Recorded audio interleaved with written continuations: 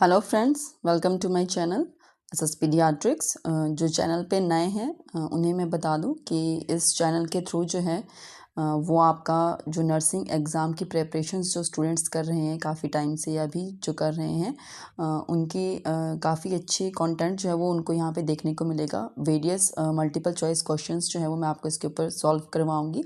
सभी सब्जेक्ट्स के जितने भी हमारे सब्जेक्ट्स हैं, paediatric nursing, community health nursing, midwifery, obstetric gynaecology and mental health nursing, fundamental medical surgical anatomy, psychology, sociology, each and every जो aspect है नर्सिंग का वो इसमें हम कवर करेंगे। और बहुत ही इंपॉर्टेंट जो चीज़ इसमें आपको देखने को मिलेगी कि सिर्फ और सिर्फ एमसीक्यूज़ ही डिस्कस यहाँ पर नहीं किए जाएंगे।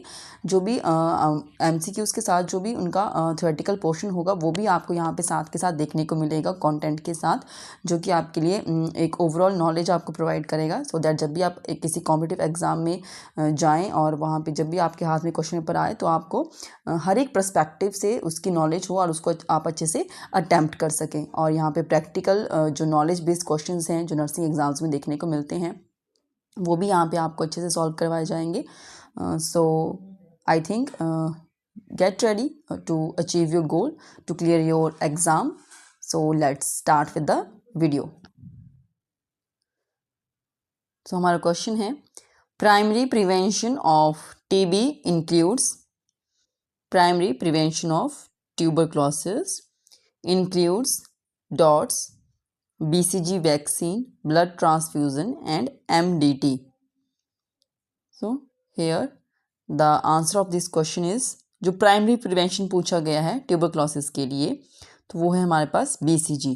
BCG जो है उसकी जो वैक्सीनेशन होती है बच्चों में at the time of birth, at birth पर जो है वो वैक्सीनेशन होता है। इंट्राडर्मल जो है वो इसकी डोज लगाई जाती है बच्चों में 0.05 ml, ठीक है। जैसे डिलीवर होगा उसके बाद दिया जाता है in order to provide the ये प्रिवेंटिव मेजर की फॉर्म में यूज़ किया जाता है फॉर द ट्यूबरक्लोसिस। और इसमें जो होता है that is the bacillus Calmette Guerin. So BCG की जो फुल फॉर्म होती है दैट इज़ बेसिलस कालमेटाइग्यूरेन, ठीक है। तो ये दिया जाता है एट बर्थ, इंट्राडर्मल 0.05 ml की डोज इसमें दी जाती है। और अगर उस टाइम पे ना दिया जाए तो उसके बाद हम इसको जो है वो 1 मंथ पर भी दे सकते हैं। तो उस टाइम पे इसका जो डोज होती है दैट इज़ 0.1 ml जो है वो फिर हम इसकी डोज इस बाद में देते हैं। और यहाँ पे DOT जो है वो डायरेक्ट ऑब्जर्वेशन ट्रीटमेंट, जो इसका जो कोर्स होता है वो होता है अपने सामने जो है वो हम इसका जो ट्रीटमेंट है वो देते हैं, जो ड्रग्स हैं वो इसमें देते हैं। ब्लड ट्रांसफ्यूज़न ये सब चीज़ें तो बाद की बातें हैं, ठीक है। मल्टी ड्रग जो थेरेपी है वो इसमें देते हैं वो बाद में होगा, वो उसका अर्ली डायग्नोसिस और सेकेंडरी टर्सरी प्रिवेंशन उसमें चला जाता है। यहाँ पर जो है वो प्राइमरी में आएगा that is the BCG vaccine. Next question की तरफ चलते हैं। In which stage of bacterial growth bacteria grow rapidly. तो बैक्टीरिया जब हमारी बॉडी में एंटर करता है तो उसका ग्रोथ होती है, तो उसकी कोई स्टेज है, उसकी जो ग्रोथ कर्व है उसमें स्टेज कौन सी स्टेज पे जो है वो बहुत रैपिडली जो है वो बैक्टीरिया ग्रो करता है, ये यहाँ पर इस क्वेश्चन में पूछा गया है। Options are predominant phase, log phase, mitosis and ionic. So यहाँ पर क्या है इसका answer? The answer is option B, log phase. तो मैं आपको इसका पिक्चर यहाँ पे दिखाती हूँ, आप यहाँ पर देख सकते हैं। ये है हमारे पास logarithm of living bacterial cells कैसे करते हैं। तो यहाँ पर आप देख सकते हैं ये बिल्कुल एक फ्लैट लाइन दिखी, that is a lag phase, no increase in the number of living bacterial cells. यहाँ पे कोई इंक्रीज नहीं हुआ, फिर यहाँ पे इंस्टेंटली एक इंक्रीज देखने को मिलेगा, that comes under the log phase में आपको जो है वो देखने को मिलेगा एक increase in number of the living bacterial sales. फिर आता है एक स्टेशनरी फेज, जो एकदम से मतलब एक स्टेट लाइन यहाँ पे ड्रॉ की है कि यहाँ पर जो है वो कोई नंबर ऑफ लिविंग सेल्स जो है यहाँ पे इंक्रीज नहीं करते, तो rate of cell division and जो डेथ जो है वो इक्वल हो जाता है, जितने बन रहे हैं उतने ही उनकी डेथ भी हो रही, तो इक्वल एक स्टेशनरी फेज आ जाता है। देन उसके बाद आएगा डेथ और decline phase, decrease in the number of living bacterial sales, तो वो डिक्रीज हो जाता है। तो दिस इज द एक जो फेज है इनके। तो यहाँ पर जो हमारा जो राइट आंसर था that is the log phase. Next question की तरफ चलते हैं। नेक्स्ट क्वेश्चन हमारे पास है, active immunisation following exposure is given most commonly for किस केस में जो है वो हम एक्टिव इम्यूनाइजेशन यहाँ पे देंगे। आपने देखा होगा मैंने प्रीवियस क्वेश्चंस में भी ये आपको अभी करवाया था कल इम्यूनिटी में जो उसकी क्लासिफिकेशन की थी हमने वहाँ पे किया था एक्टिव और पैसिव, ठीक है। तो उसमें भी नेचुरल और आर्टिफिशियल में आया था ये, तो वहाँ पे हमारे पास आता है active immunisation.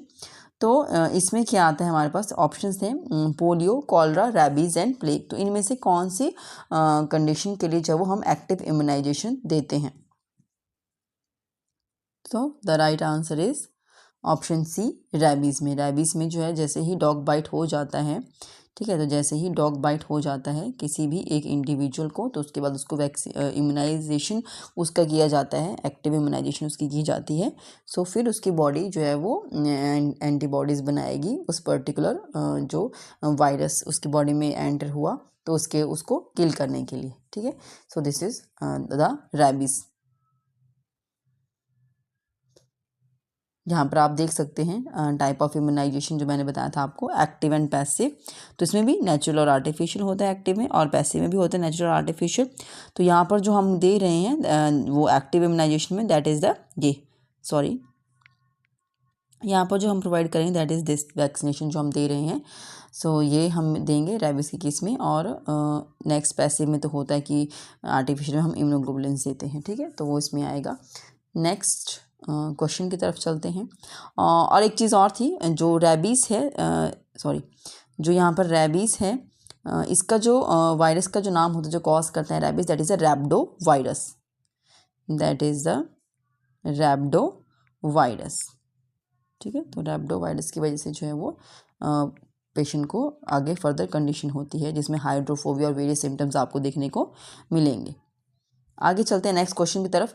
Rash of measles first occur on, ठीक है, तो ये भी मैंने कल क्वेश्चन आपको बताया था विद द पिक्चर के साथ। चिकन पॉक्स और मीजल्स के रैशेस की अपीयरेंस कहाँ कहाँ पर होती है वो ऑलरेडी मैं आपको बता चुकी हूँ, तो आई होप आपको इसका आंसर याद रहा होगा। So options are trunk, forehead, hands and legs. So the right answer is forehead. ये मीजल्स के केस में देखने को मिलते हैं, जो फर्स्ट अकर होता है फोरहेड में देखने को मिलेंगे in case of measles. Trunk जो होगा that is in case of chicken pox, ये चिकन पॉक्स के केस में आपको देखने को मिलेंगे सबसे पहले। नेक्स्ट क्वेश्चन की तरफ चलते हैं। Disease rubella is also known as, जो डिजीज़ रूबेला है हमारे पास उसको हम क्या कहेंगे, यहाँ पर ये रूबेला नहीं होगा, दिस इज़ रूबियोला। ये आप इसका थोड़ा मेरे से स्पेलिंग यहाँ पे गलत मैंने लिख दिया, दिस इज़ द रूबियोला। यहाँ पर जो ऑप्शन है ये रूबियोला, आप इसको इंक्लूड कीजिएगा। सो ऑप्शन ए है हमारे पास rubeola, then German measles, then pertussis and hepatitis. तो यहाँ पर पूछ रहे हैं कि जो रूबेला है उसका अनदर नेम क्या है। So the right answer is German measles. आप इसको कैसे याद रख सकते हैं, जैसे कि हमारे पास आता है MMR, हम इसे क्या कहते हैं, मीजल्स, मम्प्स, रूबेला। इसे हम रूबेला कहते हैं, जो ये हमारे पास है इसे हम क्या कहेंगे, रूबेला।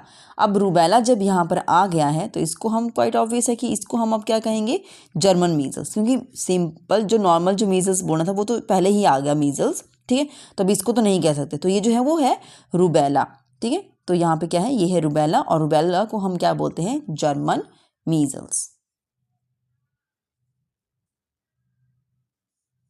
नेक्स्ट क्वेश्चन की तरफ चलते हैं। Measles is a disease of mainly, कौन से एज ग्रुप में ये कंडीशन हमें देखने को मिलती है, childhood, adult age, old age और all of the age group को ये कवर करता है। So the right answer is childhood. बच्चों में ज़्यादा आपको देखने को मिलेगा मीजल्स की condition. During measles rashes occur in, कौन से स्टेजेस में आती हैं, prodromal stage, eruptive stage, post measle stage, ये सभी जो है वो मीजल्स की ही रैशेस की स्टेजेस हैं, और इन सब में ही अपीयर होते हैं रैशेस। तो ये पूछ रहे हैं कि कौन सी स्टेज में जो है वो रैशेस मीजल्स के आते हैं इन 4 ऑप्शंस में से। सो the right answer is eruptive stage. आप देख सकते हैं फर्स्ट हमारे पास आती है prodromal stage. It begins 10 days after the infection. एक बार इन्फेक्शन हुआ तो 10 डेज के बाद ये स्टार्ट होता है and last until the day 14 तक चलेगा ये जो स्टेज है। And it is characterized by fever, coryza with sneezing and nasal discharge, cough, redness of eyes, lacrimation and often photophobia भी इसमें देखने को मिलता है। लाइट सेंसिटिव हो जाता है person and there may be vomiting और डायरिया। एक चीज़ और इसमें आपको देखने को मिलेगी, that is the Koplik spot. Koplik spot पे क्वेश्चन काफ़ी टाइम पूछा जाता है। अगर पूछते हैं कॉप्लिक स्पॉट जो है वो हमें कौन सी कंडीशन में देखने को मिलेगा, दैट इज़ मीजल्स। अभी कॉप्लिक स्पॉट में क्या होता है, जो रैशेज जो कॉप्लिक स्पॉट है ये एक टेबल जो सॉल्ट होता है हमारे पास, जो क्रिस्टल्स लाइक अपीयरेंस देखने को मिलेगी, और वो भी हमें कहाँ देखने को मिलेगी, बक्कल म्यूकोजा में जो है वो इस टाइप की क्रिस्टल्स देखने को मिलेंगे opposite the first and second lower molars and they are small bluish white spots on a red base smaller than the head of a pin. और जो इसमें अपीयर्स ऑन अ डे और 2 before the appearance of the rashes के appear होने से पहले ये देखने को मिलता है। ठीक है, तो ये हमारे पास फर्स्ट स्टेज थी, प्रोड्रोमल स्टेज। नेक्स्ट स्टेज की अगर हम बात करें, नेक्स्ट है हमारे पास टिपिकल डस्की रेड मैकुलर और मैक्यूलो पैपुलर रैश जो है वो इस एक स्टेज पे इरप्ट होना शुरू हो जाते हैं। जैसे कि हमारा क्वेश्चन था, rash began behind the ears and spread rapidly in a few hours over the face, neck and extend down the body taking 2 to 3 days to progress to the lower extremities. तो 2 से 3 दिन में जो है वो lower top to bottom जो है वो लोअर बॉडी के एक्सट्रीमिटीज़ की तरफ जो है वो प्रोसीड करना स्टार्ट कर देते हैं। द रैश में remain discrete but often it becomes confluent and blotchy type के हो जाते हैं। In the absence of complications the lesion and the fever disappear हो जाता है in the another 3 to 4 days में, और उसके बाद जो है ये धीरे धीरे इस डिजीज़ का एंड भी होना स्टार्ट हो जाता है।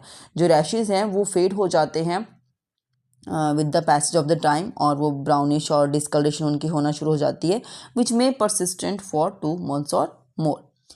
नेक्स्ट हमारे पास post measle stage. The child will have a lost weight and will remain weak for a number of days, so there may be failure to recover and a gradual deterioration into the chronic illness due to increased susceptibility to the other bacteria and viral infection। क्योंकि इतना उसकी body weak हो जाती है, इतने सारे बच्चे में चेंजेस आते हैं, उसका एपेटाइट भी चला जाएगा, उसको भूख भी नहीं लगेगी, अच्छे से खा भी नहीं पाएगा, फीवर होता है, वीकनेस आ जाती है, तो बॉडी ज़्यादा ससेप्टेबल हो जाती है बहुत सारे बैक्टीरिया और वायरस के लिए, तो उनको कैच कर लेती है, उसको और प्रॉब्लम हो जाती है, तो वो एकदम से चीज़ों को इम्प्रूव नहीं कर पाती उसकी बॉडी। सो न्यूट्रिशनल मेटाबॉलिक इफेक्ट्स भी इसमें देखने को मिलेंगे, और टिश्यू डिस्ट्रक्शन भी हो जाती है इस वायरस की वजह से। सो there may be growth retardation and diarrhoea, cancrum oris, pyogenic infection, ये सब देखने को मिलेगा हमें इस कंडीशन में at the post measle stage के ऊपर। सो आई होप आपको ये अच्छे से इसकी स्टेजेस क्लियर हुई होंगी। नेक्स्ट चलते हैं हमारे नेक्स्ट क्वेश्चन की तरफ। Primary prevention includes all except, क्या क्या आता है प्राइमरी प्रिवेंशन में, किसी एक को छोड़ के, health education, health promotion, specific protection and option D early diagnosis and treatment. So ये आपको क्लियर होगा कि जो अर्ली डायग्नोसिस और जो ट्रीटमेंट होता है ये हमारे पास जो होता है वो सेकेंडरी प्रिवेंशन में आता है। तो ये सेकेंडरी प्रिवेंशन में आता है, बाकी सब जो है वो हमारे पास प्राइमरी प्रिवेंशन में आएंगे, जिसमें जो हम हेल्थ एजुकेट कर रहे हैं, हेल्थ को प्रमोट करने की कोशिश कर रहे हैं किसी भी एक्टिविटीज़ की फॉर्म में, और स्पेसिफिक प्रोटेक्शन ले रहे हैं in the form of some vaccination के फॉर्म में। नेक्स्ट क्वेश्चन देखते हैं। Most common complication of measles in young children. Young children में जैसे हमने देखा कि चाइल्डहुड में मीजल्स यूजली होता है, तो मोस्ट कॉमन कॉम्प्लिकेशन हमें क्या देखने को मिलेगी। ऑप्शंस हैं हमारे पास otitis media, pancreatitis, pharyngitis, rheumatoid arthritis. So the right answer is option A, otitis media, जो वो मोस्ट कॉमन कॉम्प्लिकेशन है। और भी होती हैं बट मोस्ट कॉमन कॉम्प्लिकेशन जो देखने को मिलेगी दैट इज ओटाइटिस मीडिया। तो यहाँ पे आप देख सकते हैं सिम्टम ऑफ मीजल्स के लिए। सो ये है हमारे पास फीवर होता है, नॉन प्रोडक्टिव कफ यहाँ पे होगा, रनी नोज, सोर थ्रॉट, ठीक है, रैशेस तो होंगे ही, कंजक्टिवाइटिस और रेड स्किन रैशेस यहाँ पे आएंगे। तो इसका हमें जो प्रोटेक्शन मिलेगी that is by the vaccination, जो नियर अबाउट 9 to 12 मंथ पे मिलती है, जो प्रोवाइड की जाती है बच्चों में। नेक्स्ट क्वेश्चन है हमारे पास, other name of whooping cough. Whooping cough का जो दूसरा नाम है वो क्या है। Rubella, German measles, pertussis, pneumonia. So the right answer is option C, pertussis is also known as whooping cough, और इसे एक और नाम से जाना जाता है, that is 100-day cough. 100-day cough भी जो है वो हम कहते हैं pertussis और whooping cough को. नेक्स्ट चलते हैं नेक्स्ट क्वेश्चन की तरफ. The disease characterised by enlargement and tenderness of parotid glands is measles, mumps, rubella और चिकन पॉक्स. तो ऐसी डिजीज जिसमें जो है वो पैरोटिड ग्लैंड्स की एनलार्जमेंट और टेंडरनेस हो जाती है, तो वो कौन सा डिजीज है हमारे पास? The right answer is mumps. ठीक है, तो मम्प्स में जो है वो एनलार्जमेंट और टेंडरनेस हो जाती है पैरोटिड ग्लैंड्स की, जो आप यहाँ पे देख सकते हैं कैसे जो है वो होता है और क्या क्या चीज़ें इसमें देखने को मिलेगी. Fever, loss of appetite, headache, muscle pain हो रहा है, और जब ईट करेगा बच्चा, खाने की कोशिश करे तब भी उसको पेन होगी, और pen at the year, jaw, chin, pain on both sides. ठीक है, तो ये सब चीज़ें होंगी और इसका भी हमें जो है वो वैक्सीनेशन लेना पड़ता है. चलते हैं नेक्स्ट क्वेश्चन की तरफ. pertussis is a bacterial disease, viral disease, protozoal disease और fungal disease. So the right answer of this question is option A, bacterial disease. ठीक है, तो pertussis is a bacterial disease.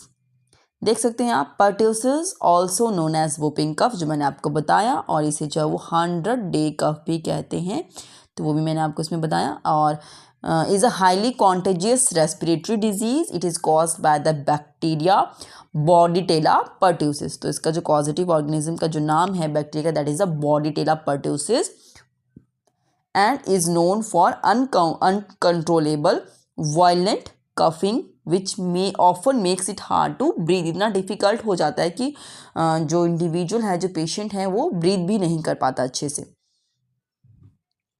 Next question की तरफ चलते हैं. The disease characterised by lymphadenopathy is measles, mumps, rubella और chicken pox. So the right answer of this question is rubella. इसमें जो है वो लिम्फेडिनोपैथी भी हमें देखने को मिलती है. Blood sample from a patient with malaria should be collected. हमें एक पेशेंट जो मलेरिया से डायग्नोज किया गया है, उसका अगर हमें ब्लड सैंपल लेना है तो उसे हम कब लेंगे? At the peak of a fever, जब उसको फीवर बहुत ज़्यादा होगा, पीक लेवल पे होगा. आफ्टर टेकिंग मील, खाना खाने के बाद. When fever is just started, जब फीवर आना शुरू हुआ.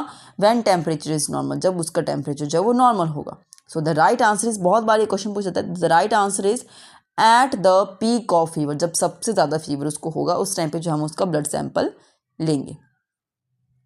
नेक्स्ट क्वेश्चन है, sleeping sickness is transmitted by tsetse fly, phlebotomine sand fly, female anopheles mosquito, coxiella बोर्नेटाई.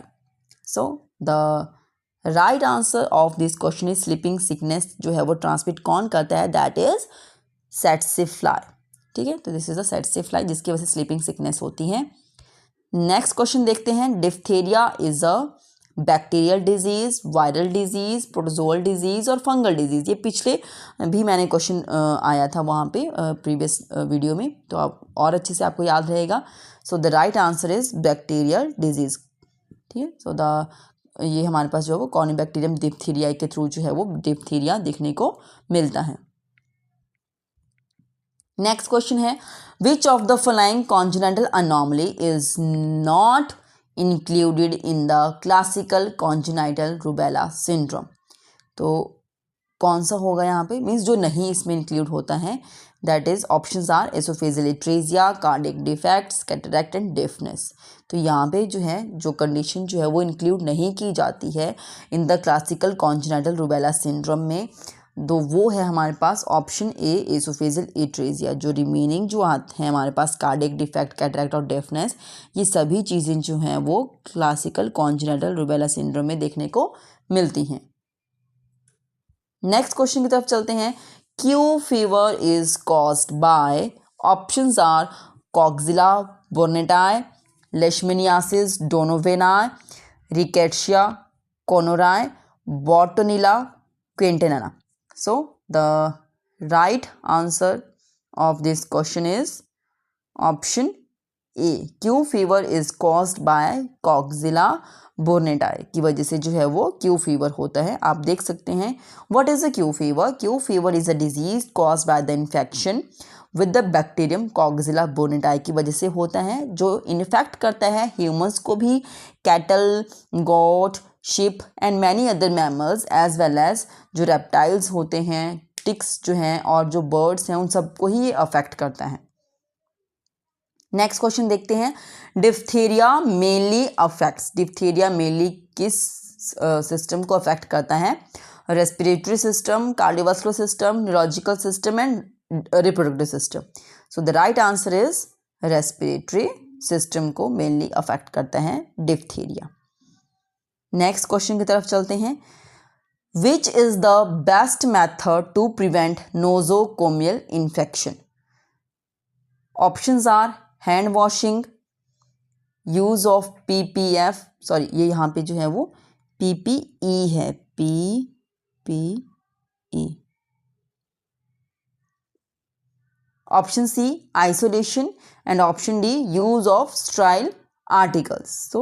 तो यहाँ पे जो है जो राइट आंसर है हमारे पास that is the hand washing. ठीक है, तो हैंड वॉशिंग जो है वो हमारे पास एक बेस्ट मेथड है कि जो हम प्रिवेंट कर सकते हैं nosocomial infection, that is a hospital acquired infection.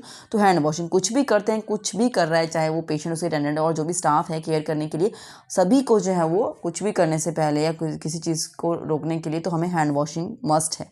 ठीक है, so this is the last question. यही था आज के लेक्चर में, मैंने आपके साथ यही क्वेश्चंस डिस्कस करने थे. ऐसे ही और क्वेश्चंस को अटेंड करने के लिए आप मेरे चैनल को सब्सक्राइब कर सकते हैं SS पीडियाट्रिक्स. और please like and share my videos. और कोई भी और आपकी क्वेरीज हो, कुछ भी क्वेश्चंस हो तो आप मुझे कमेंट कर सकते हैं. I will definitely try to give the reply to your questions. Thank you.